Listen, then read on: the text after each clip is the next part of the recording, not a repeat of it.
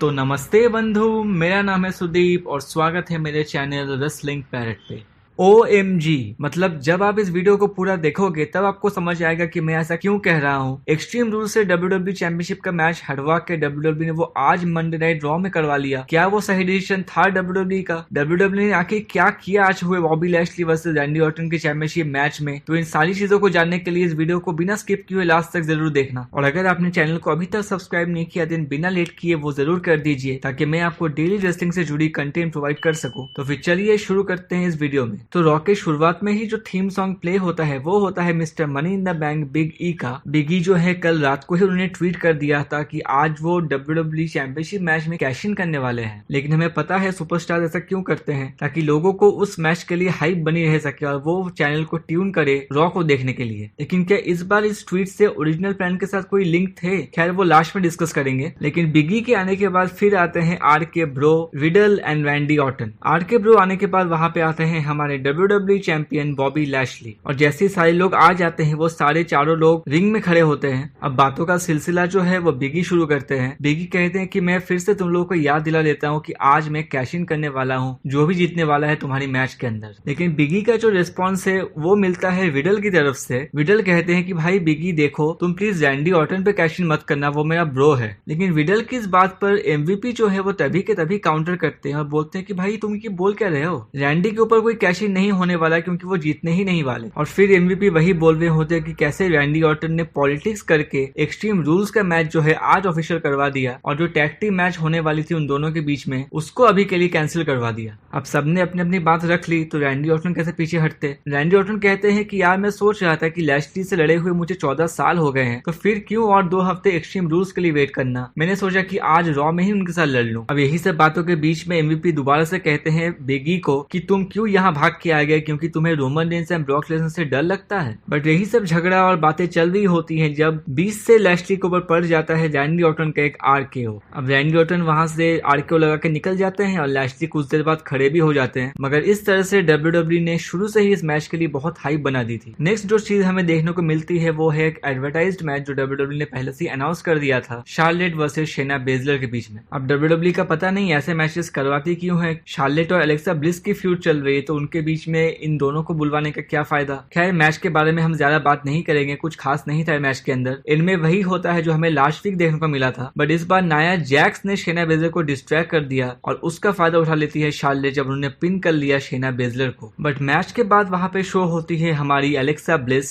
वो एक बॉक्स में गिफ्ट लेके आती है शार्लेट के लिए। अब पहले तो शार्लेट का उसको लेने का बिल्कुल भी मन नहीं था, बट ऑडियंस ने इतना चीयर किया कि उनको लेना पड़ा फाइनली। और जब वो बॉक्स खोलती है तो उसमें से लिली का भाई निकलता है जिसका नाम एलेक्सा देती है चार्ली। और मजे की बात यह है कि वहाँ की जो ऑडियंस है इस वाले सेगमेंट को काफी मजे में ले रही थी। जैसे ही बॉक्स से चार्ली निकलता है ऑडियंस जो है चार्ली चार्ली के चैंट्स भी लगा रही थी। अब यही सब चीजें करते करते इन दोनों के बीच में हाथापाई हो जाती है जिसमें एलेक्सा ब्लिस को अपर हैंड मिलता है। और हमने ये भी देखा कि फैंस एलेक्सा को काफी चीयर भी कर रहे थे। तो अब देखते हैं कि क्या हमारी एलेक्सा चैंपियनशिप जीत पाती है शार्लेट से। नेक्स्ट आता है एक 6 man tag team match, Drew McIntyre and Viking readers versus Jinder Mahal and उनके साथियों के बीच में। अब इस मैच का क्या मतलब है वो किसी को नहीं पता। WWE ने शायद ये मैच इसलिए करवाया था कि ड्रू मैकिंटायर को एटलीस्ट टीवी पे लाया जाए, क्योंकि अभी के लिए उनके लिए कोई भी प्लान्स नहीं है, देख के ही समझ में आ रहा है। अब मैकिंटायर का इस्तेमाल जो है वो फिलहाल दूसरे सुपरस्टार्स को ओवर करने के लिए किया जा रहा है। तो मैं यही सोच रहा था कि क्या वो आज जिंदर महाल को भी ओवर करने वाले हैं। अब मैच के शुरू होने से पहले ही हम देखते हैं कि ड्रू मैकिंटायर जो है रिंग में खड़े होते हैं और वो वाइकिंग रेडर्स के आने का वेट कर रहे होते हैं। लेकिन तभी पीछे से अटैक कर देते हैं जिंदर महाल, वीर और शैंकी ने। लेकिन ये अटैक ज्यादा देर चलता नहीं है क्योंकि वाइकिंग रेडर्स जो है वो तुरंत ही आ जाते हैं सेव करने के लिए। उसके बाद शुरू होता है असली मैच। बिल्कुल भी परेशान नहीं किया इस मैच ने हम लोग को। 4-5 मिनट का मैच चला।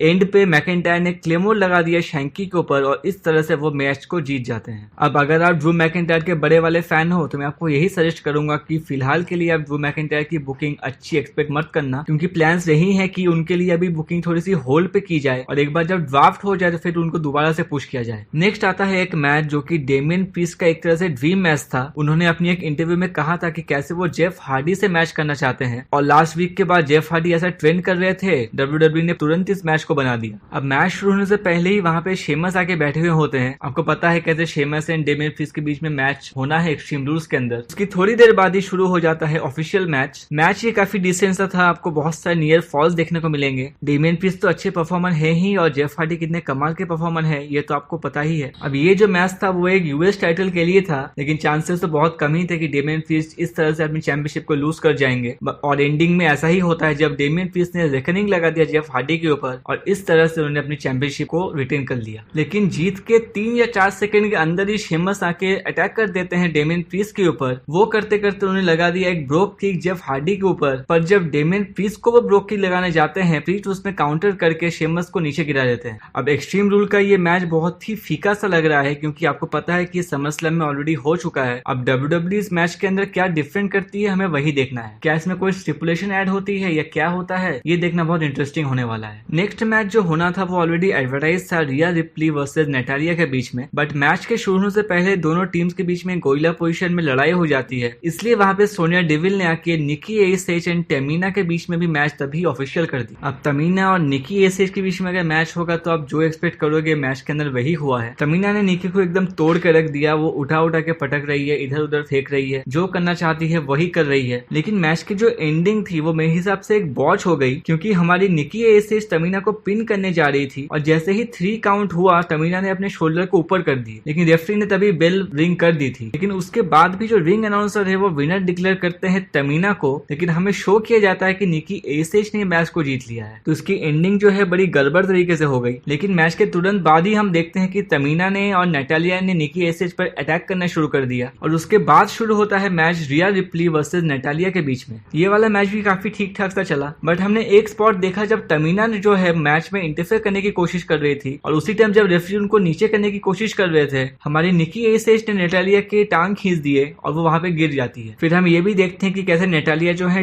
रोप्स का सहारा लेके रिया रिप्ली को पिन करने की कोशिश करती है, लेकिन दोबारा से निकी एस ने नैटालिया को धक्का मार दिया ताकि वो काउंट टूट जाए। लेकिन उसके कुछ देर बाद ही रिया रिप्ली लगाती है अपना सबमिशन मैन्यूवर नैटालिया के ऊपर, जिस पर नैटालिया कर देती है टैप आउट। अब इनकी कहानी देख के ऐसा ही लग रहा है कि इन दोनों को मतलब रिया रिप्ली और निकी एस को वुमेन्स टैग टीम के लिए पुश किया जा रहा है और किया भी किया जा सकता है। अभी अभी दोनों ने वुमेन्स चैंपियनशिप हार के आ रही है, तो दोबारा से इन दोनों को चैंपियनशिप के लिए चांस तो मिलने से रहा, तो क्यों न इन दोनों को टैग टीम में ही डाल दिया जाए। नेक्स्ट आता है एक 8 मैन टैग टीम मैच जो कि फिर से एडवर्टाइज था, AJ Styles Omos T Bar and Mace versus New Day Mansoor and Ali के बीच में। अब मैच शुरू करते हैं मंसूर एंड एजे स्टाइल्स मिलके, लेकिन हम कुछ मिनट के अंदर ही देखते हैं कि कैसे जो हील टीम है AJ Styles Omos and T Bar and Mace, इन चारों ने मिलकर मंसूर अली और न्यू डे की एकदम खटिया सी खड़ी कर दी थी। अब पूरे मैच में जो 8 बंदे थे 8 बंदे अच्छा ही लड़ते हैं और क्योंकि अगर 8 मैन टैग टीम मैच बन जाता है तो मैच बहुत कम होता है कि वो बुरा होता है और ये मैच भी काफी डिसेंट सा था, आपको अच्छा एक्शन देखने को मिलेगा। और लास्ट के टाइम पे हमें ये देखने को मिलता है कैसे ओमस के ऊपर चारों बंदे कूद जाते हैं उनको संभालने के लिए, लेकिन ओमस जो है एक एक करके सबको बाहर फेंक देते हैं और फिर ओमस लगाते हैं जो अपना वो डबल चोक स्लैम लगाते हैं दोनों हाथों से और उन्होंने अपनी टीम को ये जीत दिलवा दी। वैसे ओमस की बात करें तो जब तक वो एजे स्टाइल के साथ थे उनको अटेंशन मिलती रहेगी। अब हमें ये देखना है कि कब उनको एक सिंगल कॉम्पिटिटर की तरह पुश किया जाता है और क्या वो हमको कभी WWE चैंपियनशिप या यूनिवर्सल चैंपियनशिप जीतते हुए दिखाई देते हैं। नेक्स्ट मैच हमें देखने को मिलता है डूड्रॉप वर्सेस इवा मरी के बीच में। क्यों इनकी स्टोरी लाइन चल रही है, क्यों इनका मैच हो रहा है, किसी को कुछ लेना देना नहीं है इससे। डूड्रॉप को अगर सचमुच पुश करना है तो उसके और भी तरीके हैं, बट उनको अभी फिलहाल इवा मरी के साथ फ्यूड मिल रही है। खैर अभी देखते हैं कि डूड्रॉप के साथ क्या होता है, क्योंकि उन्होंने इवा मरी को इस मैच में तो हरा दिया है। फिर आता है शो का मेन इवेंट, रेसलमेनिया मोमेंट मेरे हिसाब से WWE चैंपियनशिप के लिए Bobby Lashley versus Randy Orton. अब पूरे शो के दौरान WWE जो भी कर सकती थी इस मैच को हाइप करने के लिए उन्होंने सब कुछ किया। हमें बैकस्टेज बार बार बिगी, रैंडी ऑर्टन और बॉबी लैशली देखने को मिले, तो ये थिंकिंग तो हमें आ रही थी कि क्या पता आज WWE सच में टाइटल चेंज करवा दे। मैच के शुरू से ही काफी अच्छे पेस में स्टार्ट होता है मैच, बट हमने एक जगह देखा कैसे रैंडी ऑर्टन को अपने नी में थोड़ी सी चोट लग जाती है और उसी का फायदा उठाने लगते हैं बॉबी लैशली। लेकिन पूरे मैच में आपकी सांसें जो है वो अटकी रहेंगी कि अभी टाइटल चेंज हो जाएगा, अभी टाइटल चेंज हो जाएगा। हमने ये भी देखा कि लैशली के स्पीयर में भी रैंडी ऑर्टन किक आउट कर लेते हैं, लेकिन कुछ देर बाद पड़ता है रैंडी का RKO।